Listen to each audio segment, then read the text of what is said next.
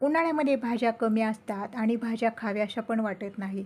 मग असं गावरान पद्धतीनं डाळकूट घातलेलं, लिंबू घातलेलं मिरचू तुम्ही एकदा करून खाल्लं ना, परत परत कराल. करायला सोपं, खायला चवदार आणि झटपट असं होणारं. चला करूया. नमस्कार, माझ्या स्वयंपाकघरात तुमचं खूप खूप मनापासून स्वागत. मिरचू करण्याकरता 25 ते 30 पोपटी रंगाच्या मिरच्या घेतलेल्या आहेत. ह्या मिरच्या जास्त तिखट नसतात आणि आपलं मिरचू एकदम बारीक होतं. 20-25 लसूण पाकळ्या, कोथिंबीर, मीठ, 2 चमचे मटकीची डाळ आणि 2 चमचे भाजलेला शेंगदाण्याचा कूट. आधी आपण डाळ धुवून घेऊया. याला पावडर लावलेली असते म्हणून 2-3 वेळा धुवून घ्यायची. डाळ भिजण्यासाठी परत यामध्ये पाणी घातलं. डाळ भिजते आहे तोपर्यंत आपण मिरच्या चिरून घेऊया. तुम्हाला मिरचीचे तुकडे किती लहान मोठे करायचे आहे तसं तुमच्या आवडीप्रमाणे मिरच्या कापून घ्या. मिरच्या आपल्या कापून झाल्या आणि 10-12 मिरच्या मी बाजूला ठेवल्या होत्या. त्या खलबत्त्यामध्ये आपण कुटून घेणार आहोत. खलबत्त्यामध्ये मिरच्या घातल्या, लसूण, कोथिंबीर, मीठ घातलं. मीठ आपण आत्ताच घातलेलं आहे, नंतर घालणार नाही. आणि हे थोडं मोठं आपण कुटून घेणार आहोत. जास्त पण बारीक करायचं नाही.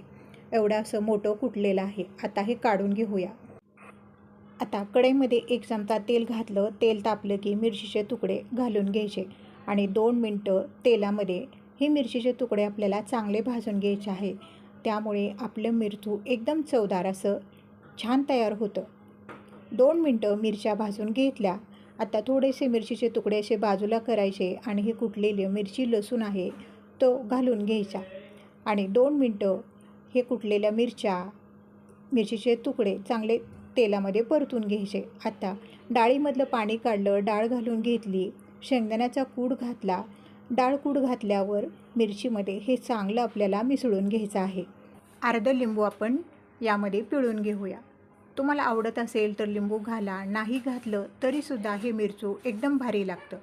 लिंबू घातल्यावर हे चांगलं मिसळून घेतलं. एकसारखं करूया आणि ताट झाकून 2 मिनटं फक्त वाफ काढूया. 2 मिनटं झालेली आहेत. ताट काढून बघूया. मस्त आपलं गावरान पद्धतीनं झणझणीत चमचमीत असं मिरचू आपलं तयार झालेलं आहे. तुम्ही हे मिरचू ज्वारीची भाकरी, बाजरीची भाकरी, मकाची भाकरी कशाबरोबरही खा, हे भारीच लागतं. डाळकुटातलं लिंबू मिरचू तुम्हाला कसं वाटलं कमेंटमध्ये सांगायला विसरू नका. माझा व्हिडिओ आवडला तर व्हिडिओला लाईक, चॅनलला सबस्क्राईब करा. व्हिडिओ पाहिल्याबद्दल तुमचे मनापासून आभार. भेटूया अशाच नवीन एका व्हिडिओमध्ये.